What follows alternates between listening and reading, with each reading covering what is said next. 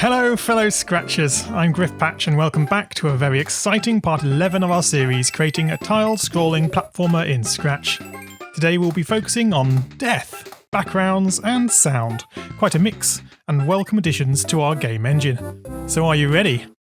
Great, so here stop, sorry, we have some bug fixes to squash first.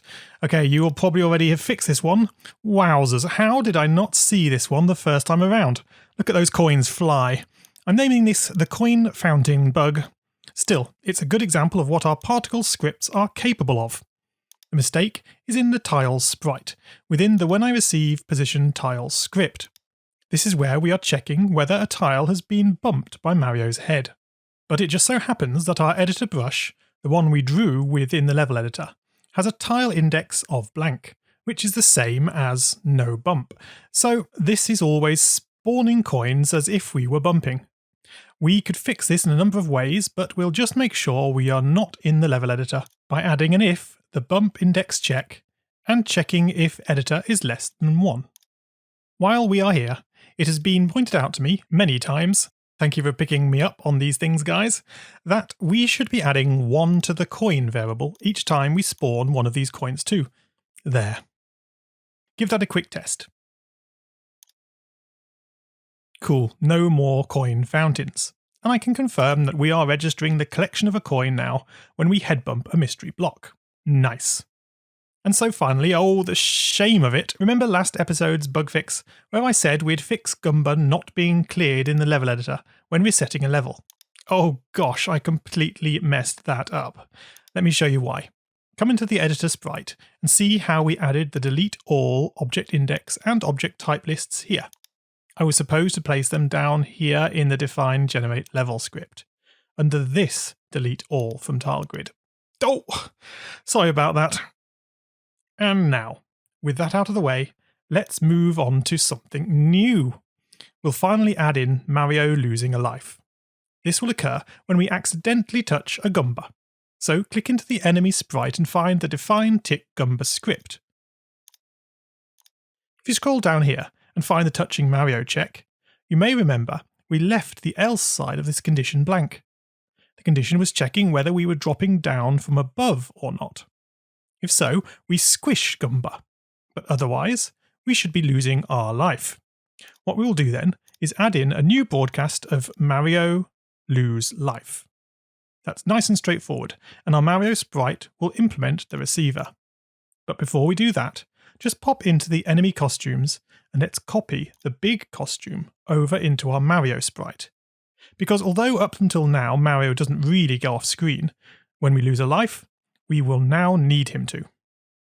So next up, click into the Mario sprite, and then I'll make some space after the define game loop. That's using my new DevTools extension, but you of course can just drag the scripts to make space otherwise. We'll add in when I receive Mario lose life. Now, we have to ask ourselves what happens when Mario loses a life. It's a lot easier to work from reference. So let's watch a quick video of Mario in action. Okay, so first off, in Super Mario we should only lose a life when we are small Mario. Big Mario has a second chance. However, we'll ignore that for now because we don't have a small Mario yet. Now, when Mario gets hit, first off, the game pauses. All the enemies and Mario stop moving, but note the level tile animations keep playing. Due to this, it will probably be best to stop the main game loop altogether and make a lose life loop to replace the game loop. So let's look at Mario's movements. Firstly, he changes costumes and then pauses. This lets us see what killed us and reassures the player that the death was legitimate. Next, Mario jumps into the air and falls off screen. Back to our scripts then. We always change Mario's costume in the define paint sprite custom block, but it's controlled by us setting the player action variable. We will therefore set player action to lose life, and we'll add in the code to switch costumes later. Next, we'll use a stop other scripts in sprite to stop the main game loop from continuing once we've lost a life. Now the next thing that Mario does is pause for almost a second. Nothing else on the screen should move, but the tile should continue to animate. So repeat 25 and paint sprite to update Mario, and we'll bring in a broadcast position tiles. This ensures the level tiles are positioned and animated. But we will not be broadcasting any of the enemy or player movement events. Now let's update the Define Paint Sprite script. If you have my DevTools enabled, you can just middle-click the custom block to jump to its definition. Otherwise, it's fine script time. So I'll duplicate one of these ifs and change it to look for a player action of lose life, and then switch costumes to Mario Death. It's been a long time coming. We'll pop it right at the top, under the Go to XY, so that it's the first thing that is checked. Now that Mario will need to go off screen during the lose life animation, we should switch to the big costume right at the top of this script. Okay, give it a test. I'll run right into a Goomba and pow, the game pauses with Mario looking very uncomfortable. And also notice that the animating tiles do keep moving for the first second. Perfect. Next step then is to have Mario bounce up into the air. Come back to the when I receive Mario lose life. We can make this effect using a simple jump script. We therefore start by setting speed Y to a positive number. I found 17 to work well for a nice big bounce. Now we want this animation to repeat until Mario has fallen off the bottom of the screen. That is, until Y subtract camera Y, that's his screen position, is less than minus 200. That actually might not be quite enough. Maybe perhaps minus 220 to be sure. See how you go, whether you can still see the top of his head when he falls off screen. Now in the loop, change speed Y by -1 to simulate gravity, and then change Y by speed Y. You've all seen this before by now. And finally, paint the sprite and broadcast position tiles to keep the tiles animating. Cool. We can give it a test. So on touching Goomba now, we pause as before, and then bounce. Yeah, that's just like Mario. And he does appear to have gone fully off screen, so maybe we were okay. So let's just make the game pause a little longer after he's gone off screen, using a simple repeat 30, broadcasting position tiles. We never want to stop animating these. And then finally, broadcast and wait the level load event to reset the level. And broadcast without a wait, level, start game loop, respawn. Bit of a mouthful, that one. Shall we test that? Running into a Goomba bounces me off the level. A short pause, and then the entire level resets. Perfect. I'll just confirm I can still squash the Goombas, and then try losing a life over here. Yep, the level still resets, and all is looking good. Okay, you have a choice here. Depending on the version of Mario you like to play, when Mario falls off the bottom of the level, he just disappears. And in other games, he does his lose a life animation too. If you want him to do the jump when he falls off the level, then find the define check around player, remove the reset player block, and replace it with a broadcast Mario lose life. Simple as that. Let me show you what that looks like. So we find a gap to fall down, and then there he goes, and he now plays the same lose life animation here too. Yeah, so it's up to you whether you want this or not. Next up then, did you catch last week's video, the simple background scrolling tutorial? If not, then you may want to catch that now, as we are going to use the same scripts to add in our parallax scrolling background to Mario. A link to the background scrolling tutorial is in the notes under this video and covers things in far more detail. So, if you don't have the background sprite already in your game, follow the link under this video to the Scratch Tutorial Assets project on my Griffpatch Tutor account, and there you will find the new background sprite with 2 nice costumes. Backpack the entire background sprite. And then switch back to your tile scrolling project and drag the background sprite into the sprite panel like so. Okay, so these 2 new costumes are exactly 256 pixels wide. As with all the graphics in this Mario game though, we want to set the size to be 200%. So in your code tab, add a when green flag clicked, show the background, send it to the back with the go to back layer block, and set size to 200%. Now I click the script stack and hold the phone. This costume did not get any bigger. Look, the size is still 150. In fact, even if I enter 200 in this box here, it still jumps back down to 150. This is simply the biggest Scratch will let this costume become.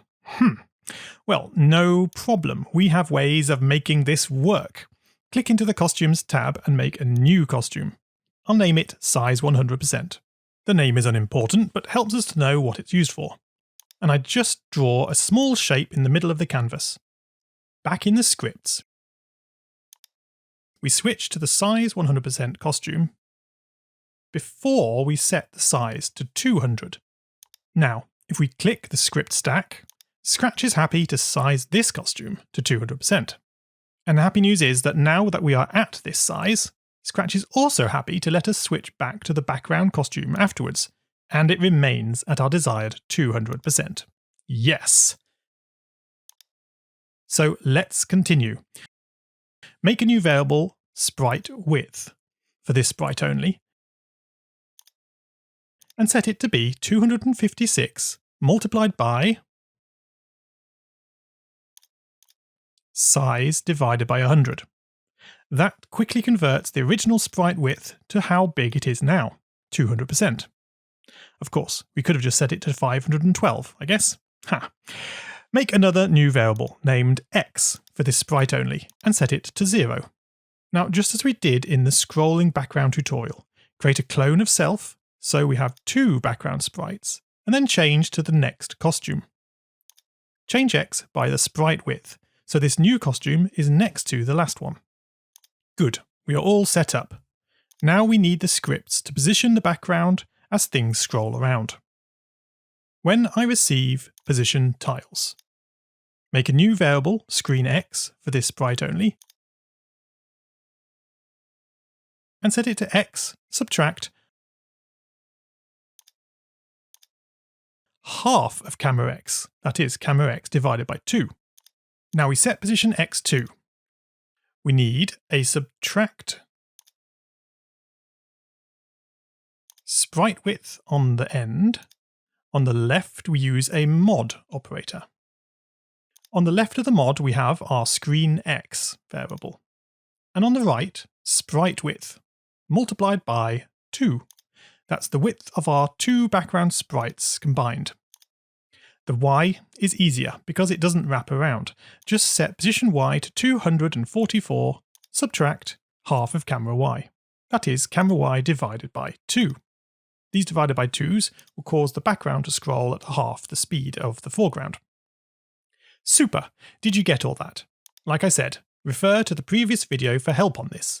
There's a link under the video. No time to waste. Let's give it a test. Looking good standing still. Just dispatch this Goomba. Delightful. The background is scrolling slowly along with us. Then look how we can also scroll up and down. Very cool. I'll enter the level editor with the 0 key. This is looking really great. I don't see any seams and the background repeats perfectly. Hold on a second. I think we have one problem. Did you notice something missing? Yeah, the mushroom power-up has gone. Did you expect this? We should have, because the mushroom had to be sent to the back to allow it to appear from behind the tile. But now, doing that will have placed it behind these scrolling backgrounds too. But fear not, we planned for this. Do you remember? If I click into the enemy sprite here, where we send the mushroom to the back, we are also moving it forward by the value of the variable layers background.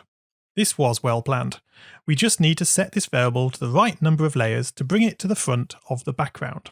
Now, back in the background sprite, set layers background to 2 for this sprite and its clone. 2 sprites. So let's test this. Oh man, as I was saying, let's test this now. Haha, success! The mushroom is back with us. Right. Now, since I've been squashing all these Goombas, I feel like we should just make another improvement here too. When you jump on a Goomba, not only do you squish them, but you're supposed to get a little score, a number 100, float up from them.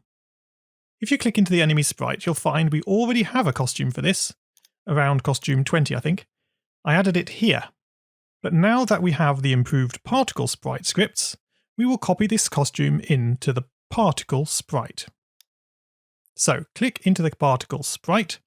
The script for score particle is very straightforward. Under the when I receive position tiles, add a new if, and we'll check that type contains the word score. This will be true for any particle with the word score in its name now. Make a new block named tick score, run without screen refresh, and we'll use it in our if block, followed by a stop this script. So the animation of the score particle is just a change y by 1 to slowly move it upwards. There's no acceleration. We can then use the position with costume block, passing in the type. That will be the name of the particle, and also will double up as the name of the costume for simplicity. More on that in a second though. And then to make the score disappear after a moment, change frame by 1 and check if frame is greater than 60. That's 2 seconds. And then delete this clone. Now we want to spawn this particle when a Goomba is squashed. So click into the enemy sprite and find the define tick Goomba script. Scroll down to the if touching Mario check, and we need to add to the particle list. The first thing we do is add the name of the costume we want to spawn. That is score 100. Next we add the X and Y position of the Goomba.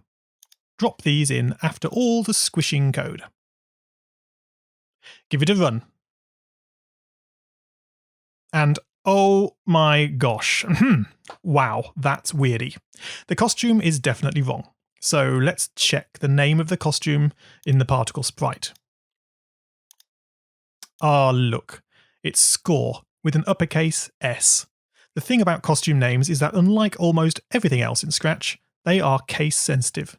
That is, you need to get the upper and lower case letters the same for it to work. Come back to the enemy sprite and we must fix the score 100 to be an uppercase S. That was my mistake. We can test this again. Oh no! Get off me, Goomba! Again, gosh. Yes. Hurrah. A very neat little addition. I won't do this now, but we should be looking to allow this score to get bigger the more Goomba heads we bounce on in consecutive jumps. Am I right with that? I think so. Oh no, I spotted another problem. The score is not appearing in front of the blue platform tiles. The particle sprite must have moved too far back. So stop the project, select the particle sprite, and then click on the Go to Front block. There, that should do it. And now, to finish off for today, let us add in some music and sounds. This can really help to make a project come alive.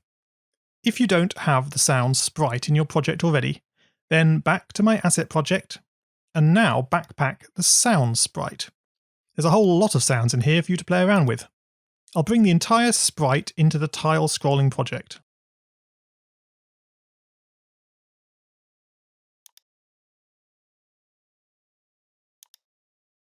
Like so.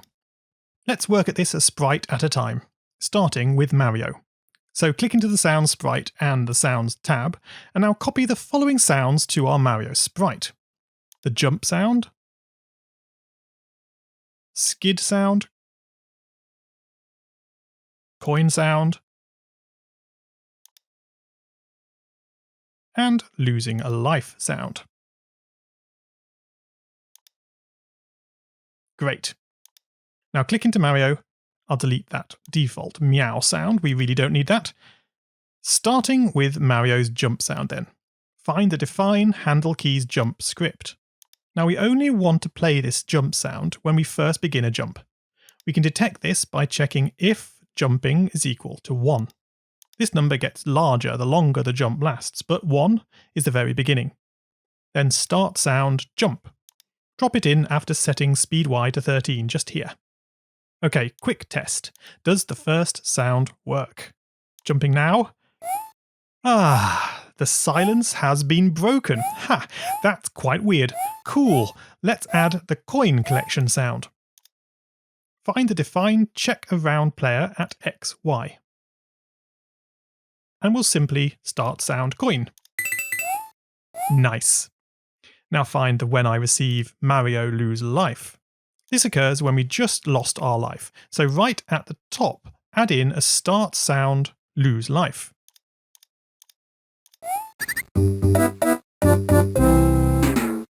Coming along great.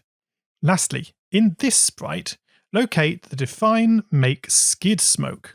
And whenever we create a smoke particle, we can also start sound skid. Simple enough, but very effective. Okay, that's Mario's sprite sorted. So back to the sounds sprite. And we'll copy the following sounds to the enemy sprite. Item sprout, one up, and stomped. Click into the enemy sprite now. And find the define tick Gumba script. Scroll down and in the scripts where we detect and squish Gumba, start sound stomped. This next one requires a little scripting.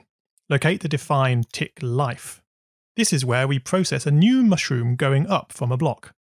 While frame is less than 16, the mushroom is not yet appearing. So if we compare frame with 16, we should be safe to then start sound item sprout.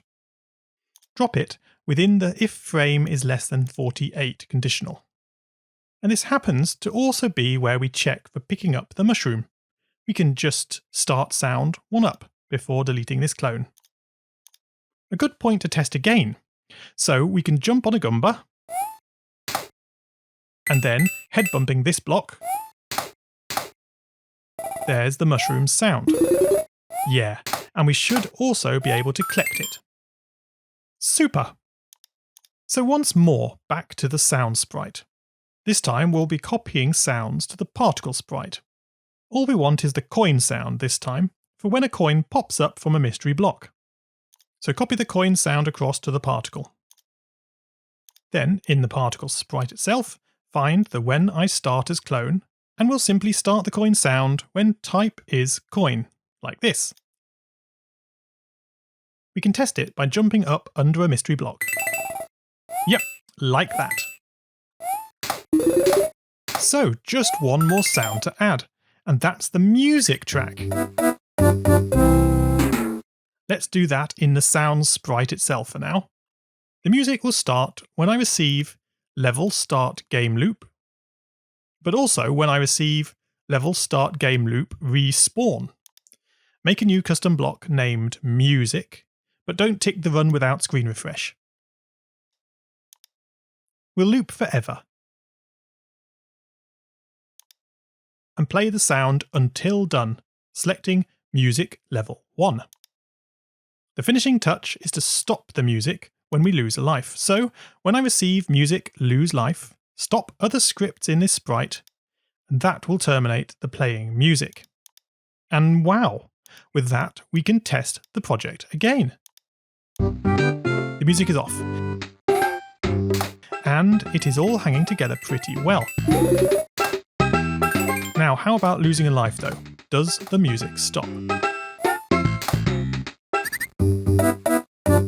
Yeah, that works really well, and the music stops and the lose life music kicks in. Then the main theme restarts with the level. Very slick. And guys, that brings us to the end of another episode. It's very satisfying to finally have sound, and also losing a life is huge. We are destined to now need to build out level progression and more content. It may be good to also recap some of what we've done, looking at how the game engine is working as a whole. But that will be for another time. So, if you've enjoyed this tutorial, then please do smash the like button and don't forget to subscribe to the channel to avoid missing my next exciting video. Thank you for watching, and scratch on, guys!